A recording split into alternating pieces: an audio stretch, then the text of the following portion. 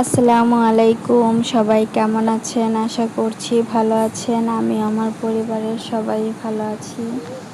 তো আজকে চলে আসলাম আরেকটা ব্লগ নিয়ে। তো আজকের ব্লগটা করছি আমার শ্বশুরবাড়ি থেকে। তো সবাই জানেন যে আমি আমার শ্বশুরবাড়িতে আসছি ঈদের ছুটি যেহেতু, এই জন্য ঈদ করতে শ্বশুরবাড়িতে আসলাম স্বামীর সাথে। তো বাইরে বৃষ্টি পড়ছে, আমি দাঁড়িয়ে দাঁড়িয়ে দেখছি। তো বৃষ্টি পড়লে বাইরে তাকিয়ে থাকতে আমার ভালোই লাগে। অনেক বৃষ্টি পড়তেছে, তো জানলা লাগানো ছিল, তো আমি এসে জানলা খুলে জানলার পাশে দাঁড়িয়ে আছি। তো আমাদের শ্বশুরবাড়ি সাথেই মসজিদ আর কি, মসজিদের সামনেই বাড়িটা করা হয়েছে। তো বাড়িটা একদম বিলের সাইডে করা হয়েছে। তো নিচতলা যখন আর কি পানি ওঠে তখন আর কি নিচতলা পুরোটা আর কি ডুবে যায়।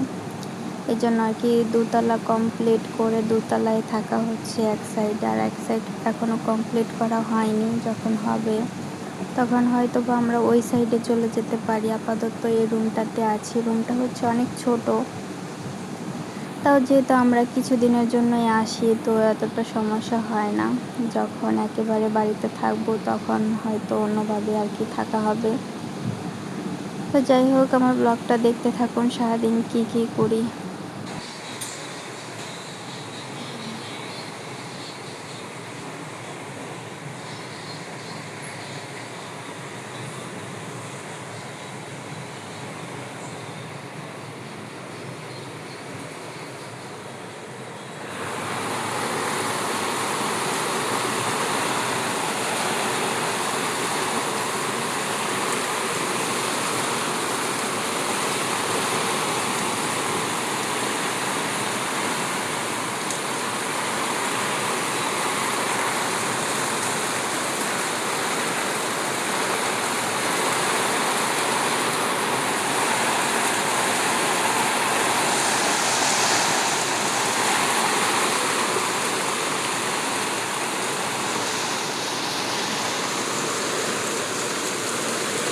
অনেক বৃষ্টি হচ্ছে বাইরে,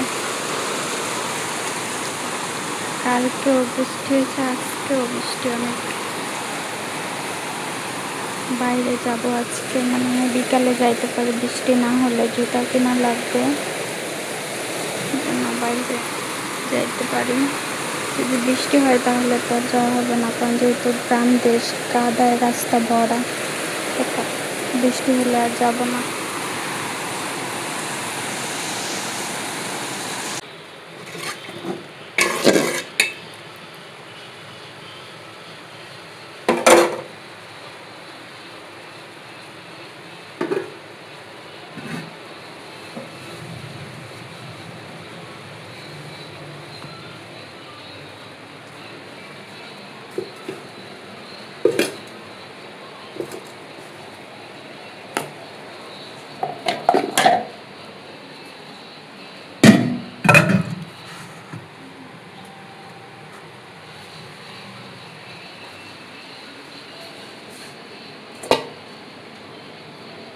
ডাইলেট তো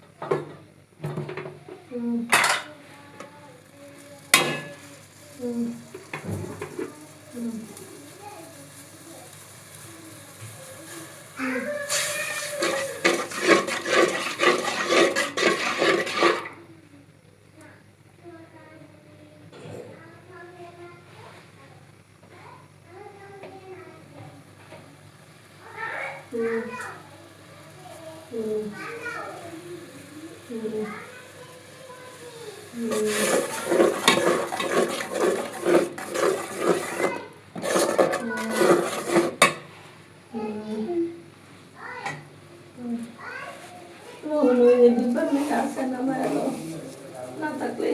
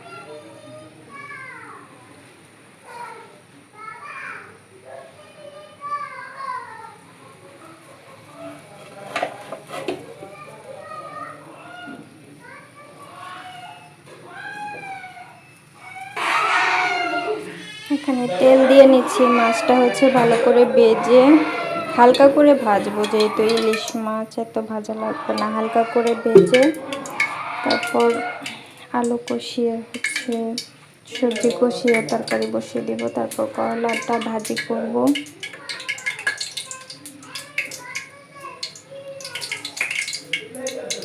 আমার শাশুড়ি মা হচ্ছে অসুস্থ, যার কারণে আমি রান্না করছি আজকে 2 দিন ধরে। কালকে হচ্ছে আমার ননাস আসবে, ননাসের ছেলে আসবে।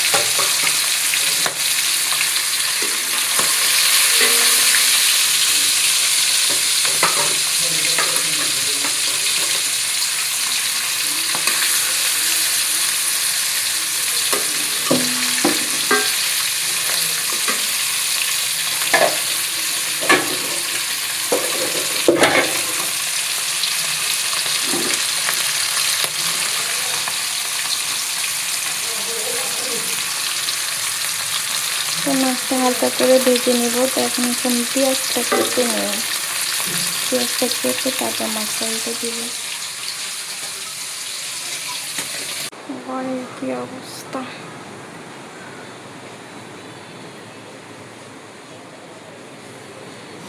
বাচ্চারা করছে কি রুমের অবস্থা, ওগুলো সব গোছাতে হবে। বাইরে হচ্ছে অনেক বৃষ্টি হচ্ছে।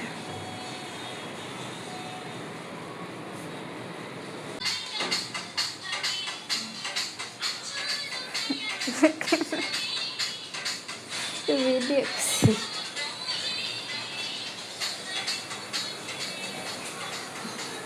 তো ওদিক দিয়ে হচ্ছে বাচ্চারা খেলা করছে আর আমার স্বামী হচ্ছে ফোন দেখছে, আর এখানে হচ্ছে আমার শাশুড়ি দাঁড়িয়ে আছে, বাইরে বৃষ্টি হচ্ছে দেখছে।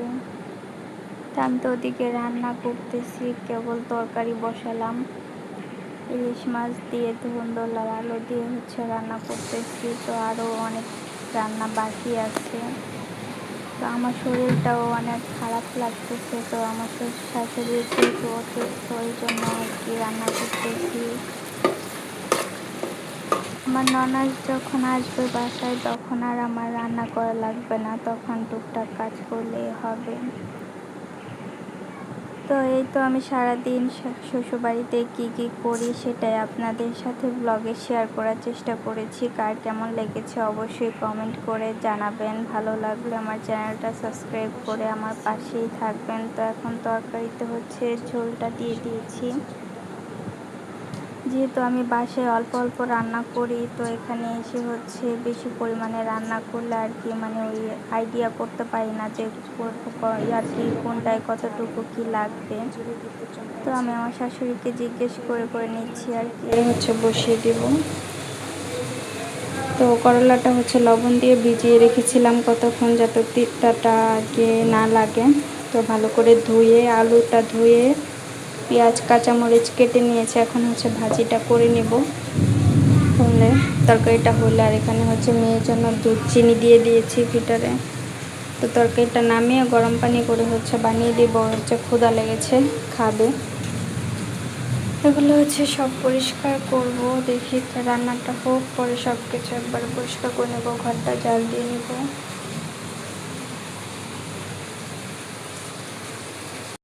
তো আমি হচ্ছে এখন তরকারিটা নামিয়ে করলা ভাজিটা বসিয়েছি। তো ভাজিটা প্রায় হয়ে গেছে, তো আর একটু হচ্ছে ভাজা ভাজা করব, করে তারপর উঠিয়ে নেব। আমার স্বামী হচ্ছে ভাজা ভাজা ছাড়া আর কি পছন্দ করে না ভাজি। ও হচ্ছে ঝোলের তরকারিও পছন্দ করে না, ঝোলের তরকারি আবার আমি খেতে পারি। ওই তো এখানে হচ্ছে সব আমি পরিষ্কার করে নিয়েছি রান্না করার পাশাপাশি। ওদিকে হচ্ছে বেসিন, তারপরে টাইলস সব কিছু আর কি পরিষ্কার করে থালা বাসন ধুয়ে আর কি সব মুছে নিয়েছি। এই তো সব একদম পরিষ্কার করে নিয়েছি আর কি। তো এখানে এই যে তরকারিটা হয়ে গিয়েছে, তো কীরকম লাগছে আপনাদের কাছে অবশ্যই কমেন্ট করে জানাবেন। তরকারি কালারটা খুব সুন্দর হয়েছে। তো এখন হচ্ছে ইলিশ মাছ আর কি ভাজবো। 2 পিস ইলিশ মাছ হচ্ছে আমার স্বামীর জন্য আর কি ভাজবো। তো হচ্ছে 2-3 পদ ছাড়া ওর খাওয়া হয় না, এরকম একটা অবস্থা। ব্যথা পাইছে বলে কই ব্যথা পাইছে দেখো। ব্যায়াম তো করো, কাজের ব্যায়াম করো না, কোথায় লাফো।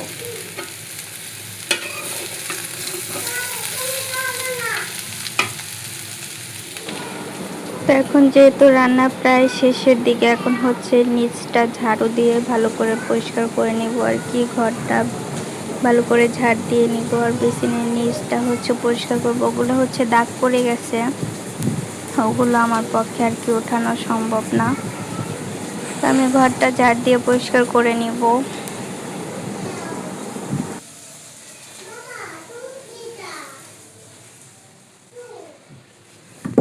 বিছানাটা গুছাবো, পরে রান্না শেষ করি, পরে হচ্ছে বিছানাটা গুছিয়ে ঘরটা হচ্ছে ঝাড় দিব এখন। আর বিছানাটাও দেখি এখনই গুছিয়ে ফেলবো, গুছিয়ে একবার ঘরটার ঝাড় দিয়ে করে ফেলবো। এটা হচ্ছে একটা ওয়াশরুম আমাদের।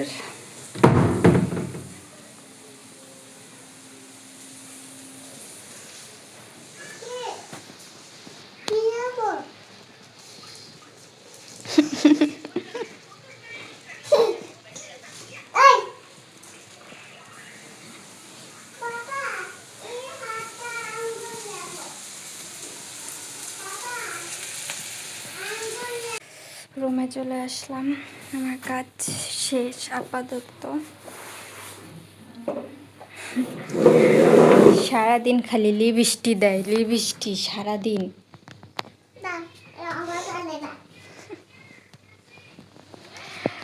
তো ঘরটা হচ্ছে বিছানা গুছিয়ে নিয়েছি, খেলনা এগুলো দেখে লাভ নেই, এগুলো এমনই থাকবে। তো এখান দিয়ে হচ্ছে এগুলো সব হচ্ছে ঘর ঝাড় দিয়ে নিয়েছি। এটা হচ্ছে আমাদের ওয়াশরুম, রুমের ভিতরে। এই রুমটা বেশি বড় না, ছোটই। তো এই কাপড়গুলো হচ্ছে কেবল বানিয়ে আনা হয়েছে, আমি হচ্ছে নিয়ে আসছিলাম বাসায় পরার জন্য। তো এখন বানিয়ে এনেছে, কালকে নিয়ে গিয়েছিল, আজকে হচ্ছে কিছুক্ষণ আগে হচ্ছে নিয়ে আসছে। তো গোসল করব, ভাবতেছি এখন করব না পরে করব, তো দেখি কি করি। রাইসার 2টা কাপড় আছে, একটা গেঞ্জি একটা প্যান্ট ধুয়ে দিতে হবে।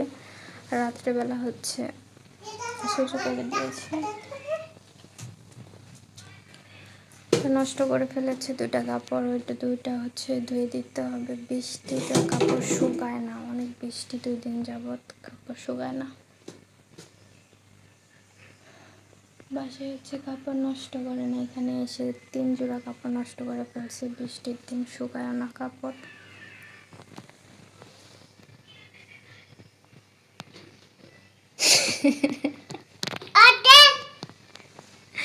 সারাদিন বৃষ্টিটায়।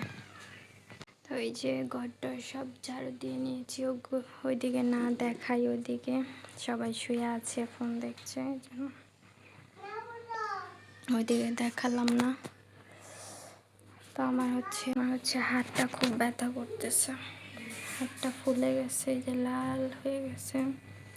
কালকে হচ্ছে অনেকগুলো রুটি বানিয়েছিলাম, তো রুটি বানালে হচ্ছে আমার হাত হচ্ছে ব্যথা করে ফুলে যায়, কালো হয়ে যায়। তো আজকে আবার হচ্ছে রান্নাবান্না করেছি, কাজ করেছি, এই জন্য আরও বেশি হচ্ছে ব্যথা করছে। আর দিও না, আর দিও না, হইছে। এটা এটা এত বেশি কালারও না, এটা লিপ বাম, এটা হালকা কালারই, এটা রেখে দাও, আর দিও না।